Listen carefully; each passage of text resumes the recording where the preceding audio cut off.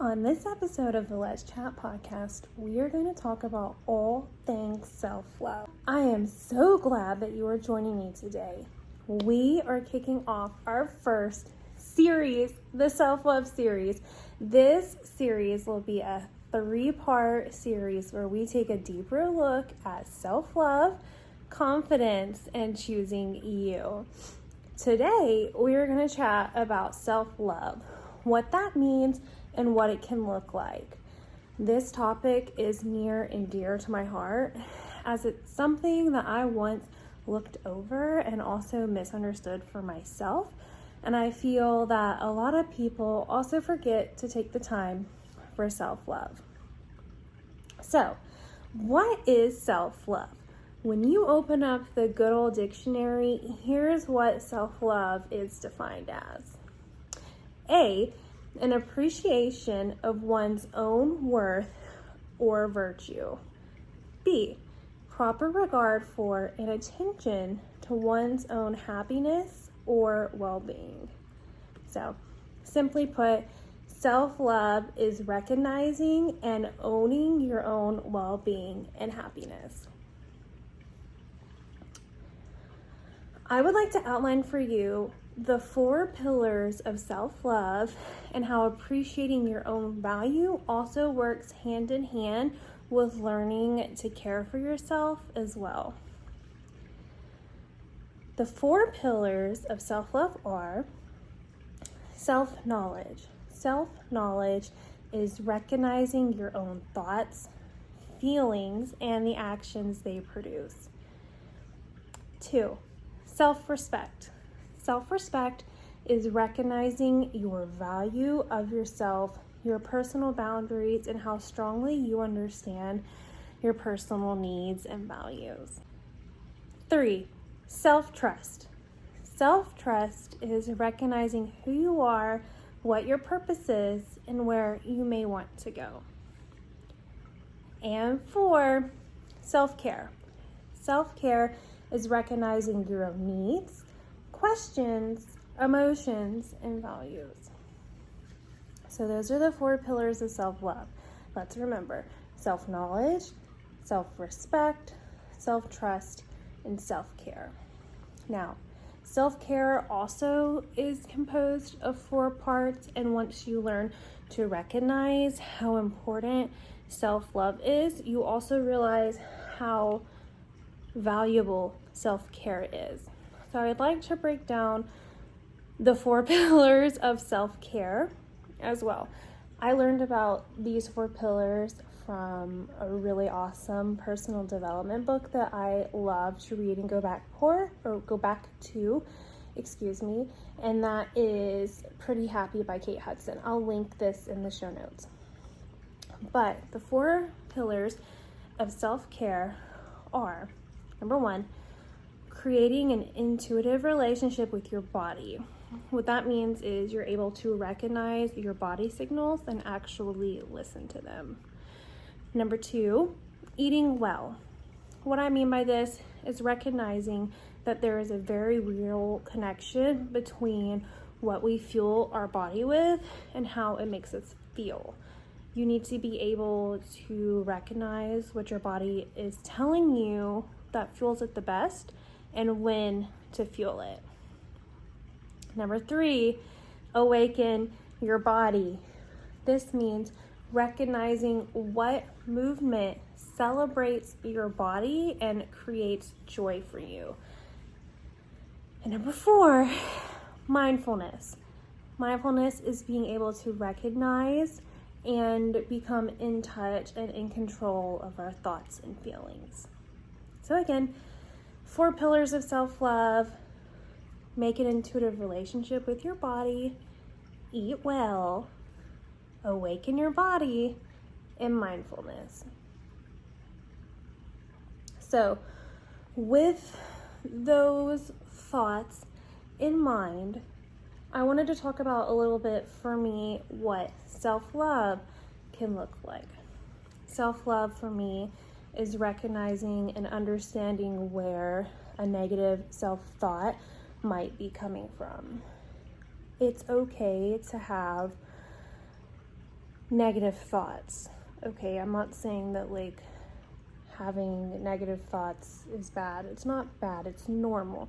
But being able to recognize that and maybe see what is triggering me to think negatively, to try to learn from that or heal from that trigger is really important.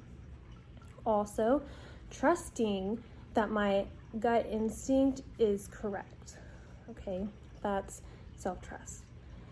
Respecting my own boundaries and knowing that it's okay to say yes or to say no to anything that I want. And also taking time to reflect and check in to see what I really need in the moment. Do I need more sleep? Do I need to eat? Do I need to take time outside? Do I need to take time to do something by myself? Or do I need to be around the people that I love? Knowing what self-love looks like for your body and how that could look on the day-to-day will really help you. Some things that self-care can look like for me would be honoring and listening to my hunger cues. Feeling hungry is okay, and eating when you're feeling hungry is okay.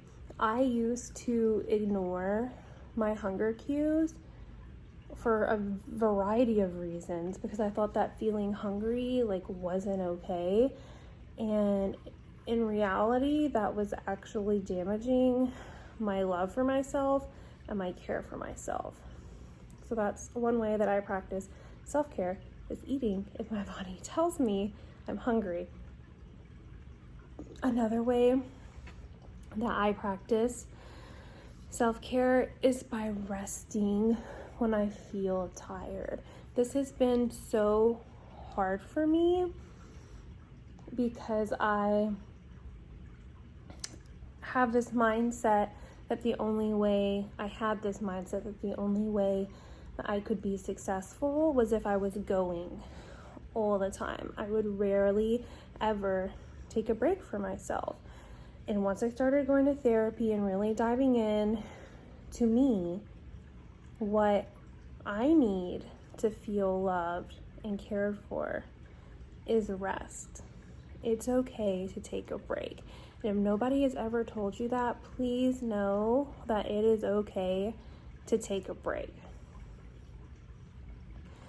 Another way that self-care looks like in my life is finding joy through movement. Okay, for me, daily walks to my mailbox and being outside and enjoying nature has brought so much joy through movement for my body. It's such a big deal. This finding joy through movement is also what has led me to my desire to find some roller skates. I used to love skating as a kid, and I really want to capture that childhood joy into my life as an adult and bring that joy back. And lastly, another way that self-care shows up in my life is learning to rewire my thoughts on self-worth. Taking time every single day to tell myself how beautiful I am and how worthy I am of love and respect. That last part is really hard, you guys. When I find myself feeling down or even negative self-talk creeping in, I take a minute to pause and try to figure out where these thoughts are coming from. Usually it may be coming from like a trigger, right? Seeing negative self-talk online that's phrased positively, or from some food that I ate that's now made me feel bad, that makes me feel like I need to go work out. When these thoughts arise, I try really hard to recognize that thought and then rewrite that thought by speaking the truth of what I actually am. I am beautiful. I don't need to look like the way they look. because I am perfectly wonderful the way I am. It's okay that I ate this because this fuels my body and makes me feel good, or this feels like home and I really needed that comfort. I try really hard now to recognize and then re-speak the actual truth, because the negative thoughts in your brain aren't actually the true parts about you. Your heart holds the true parts about you. So, y'all, self-love is near and dear to my heart. I hope that this short episode gave you insight onto ways you can start to practice this for yourself, or what it looks like, what it can look like in your life. I would love to learn more about what self-love looks like for you. You can find us on Instagram, and I would love to chat with you there. I would also love for you to tag a friend or share with a friend who this info might resonate with. Next week, we're going to move into part 2 of our self-love series, where we will be taking a much closer look at confidence and how to find yours. Thank you so much again for listening to this week's episode of the Let's Chat podcast. I hope we can chat again soon. See you next week, beauty.